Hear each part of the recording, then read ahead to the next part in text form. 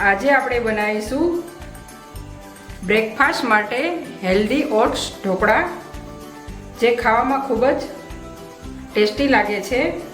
અને જો તમે એકનો એક બ્રેકફાસ્ટ ખાઈને કંટાળી ગયા હોય તો આ ઓટ્સ ઢોકળા બનાવશો તો તમને ખૂબ જ પસંદ પડે છે.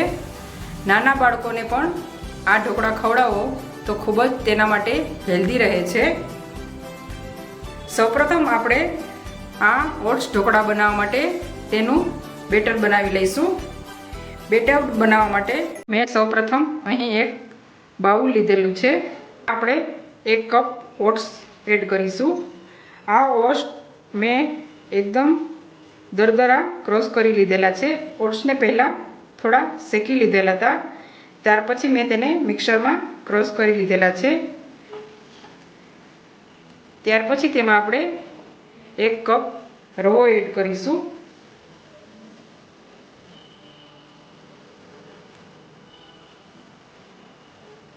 ત્યાર પછી તેમાં આપણે 1/2 કપ જેટલું દહીં એડ કરીશું. દહીં વધારે ખાટું પણ નહીં અને મોડું પણ નહીં એવું આપણે ઉપયોગમાં લેશું. ત્યાર પછી આપણે 2 લીલા મરચાં એડ કરીશું.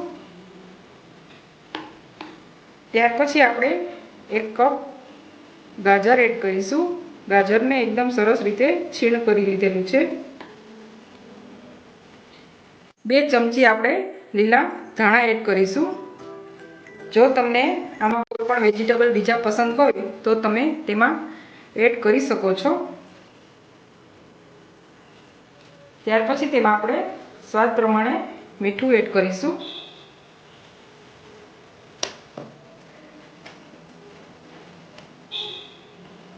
ત્યાર પછી આપણે તેમાં 1 ચમચી જેટલો મરીનો ભૂકો એડ કરીશું. જો તમને આમાં લાલ મરચું પાવડર પસંદ હોય તો તે તમે એડ કરી શકો છો. આપણે આ બેટર મિક્સ કરી લઈશું. આપણે પહેલાં થોડું પાણી એડ કરીશું અને આપણે તેનું સ્મૂથ બેટર બનાવી લઈશું.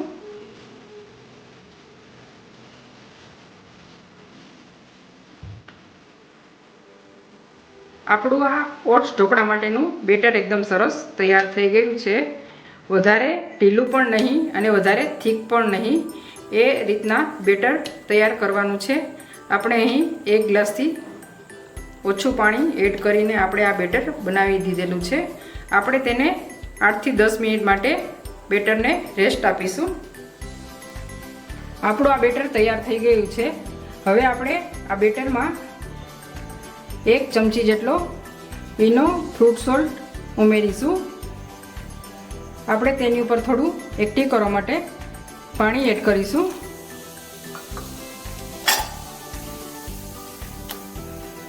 અને આ રીતે 1 થી 2 મિનિટ માટે ચલાવી લઈશું.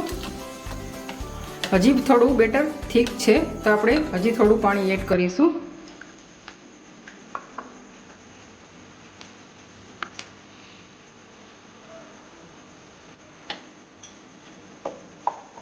આ રીતે આપણે એક જ ડાયરેક્શનમાં ચલાવશું. ઓટ્સ ઢોકળાને સ્ટીમ કરવા માટે મેં અહીં એક સ્ટીમર લીધેલું છે અને આ પ્લેટમાં ઓઇલથી ગ્રીસ કરી લીધેલું છે. હવે આપણે આ બેટર તેમાં એડ કરીશું.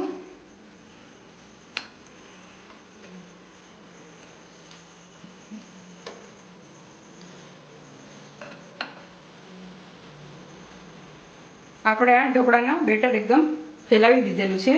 હવે તેની ઉપર આપણે થોડું લાલ મરચું એડ કરીશું. જો તમને લાલ મરચું પસંદ ન હોય તો તેને તમે સ્કીપ કરી શકો છો.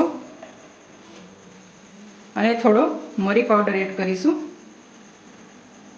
અને આ ઢોકળાને 10 થી 15 મિનિટ માટે હવે આપણે તેને સ્ટીમ કરી લઈશું. 10 થી 15 મિનિટ થઈ ગઈ છે. આપણે આ ઓટ્સ ઢોકળાને ચેક કરી લઈશું. તમે જોઈ શકો છો એકદમ સરસ ક્લીન નીકળે છે. બધી સાઈડથી આપણે ચેક કરી લઈશું. હવે આપણે આ ઢોકળા થોડા ઠંડા કરી લઈશું અને ઢોકળા ઉપર થોડો વઘાર પણ કરી લઈશું. જો તમારે એમનેમ પણ ખાવા હોય તો ખાઈ શકો છો, પણ આપણે તેના ઉપર વઘાર કરીશું.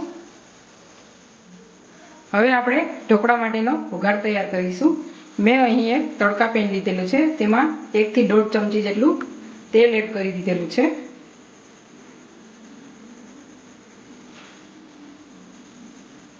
તેલ થોડું ગરમ થાય ત્યાર પછી આપણે તેમાં 1 ચમચી જેટલી રાઈ એડ કરીશું અને આપણે ગેસની ફ્લેમ બંધ કરી દઈશું. 7 થી 8 લીમડાના પાન એડ કરીશું અને 1 ચમચી જેટલા તલ એડ કરીશું અને બધું સરખી રીતે મિક્સ કરી લઈશું. આપણે હવે આ વઘાર ઢોકળામાં એડ કરી દઈશું.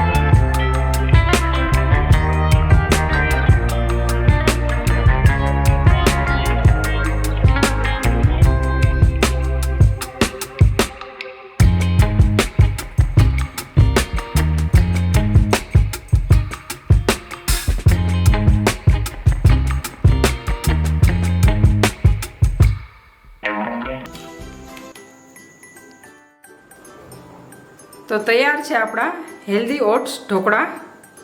તેને આપણે એક સર્વિંગ પ્લેટમાં કાઢી લઈશું. આ ઢોકળાને મેં સર્વિંગ પ્લેટમાં કાઢી લીધેલા છે, તમે જોઈ શકો છો.